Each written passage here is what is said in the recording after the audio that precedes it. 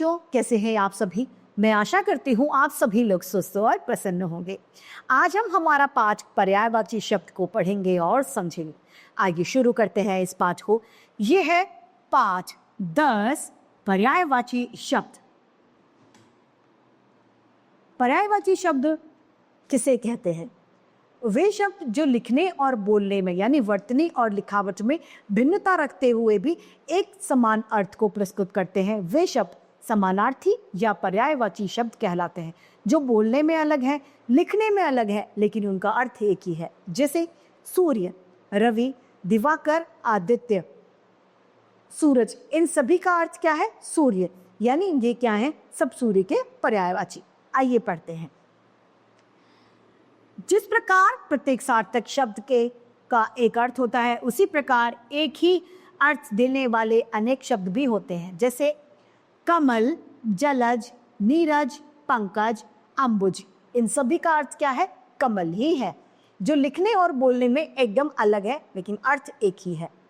सूर्य, सूरज, रवि, भानु, भास्कर, सबका अर्थ एक ही है, सूरज। आँख, नेत्र, लोचन, नयन, चक्षु, ये सभी क्या है? आँख के पर्यायवाची।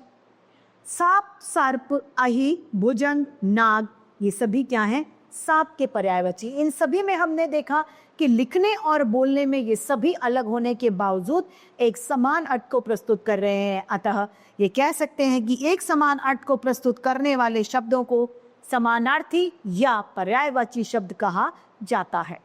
आइए इन्हें पढ़ते हैं और इन्हें याद करने की कोशिश करते हैं। अचरज, अचंभा, आश्चर्य, कौतूहल, हैरानी, विस्मय। असुर, धनुज, दैत्य, रजनीचर, विशाचर, दानव। आंसू, अश्रु, नयन जल, दृग जल, गंबू, नेत्र नीर। इच्छा, अभिलाषा, कामना, चाह, लालसा, आशंका। ईश्वर, जगदीश, नारायण, भगवान, प्रभु, दीनानाथ। कपड़ा, वस्त्र, चीर, वसन, अंबर, पट। कौआ, काक, गाक, वयस, करट। पिशुन, क्रोध, कोप, रोष, गुस्सा, आक्रोश, प्रकोप। गंगा, मंदाकिनी, भागीरथी, सुरसरी, जानवी, देवपन्ना। घर, सदन, गृह, निवास, निकेतन, आलय। पानी, अम्बु, जल, तोय, सलिल, नीर। तालाब, सर, सरोवर, ताल, तड़ाग, जलाशय। दुख, कष्ट, व्यथा, विषाद, वेदना, शोक। नदी, नौका, तरणी, पोत, तरे, किश्ती।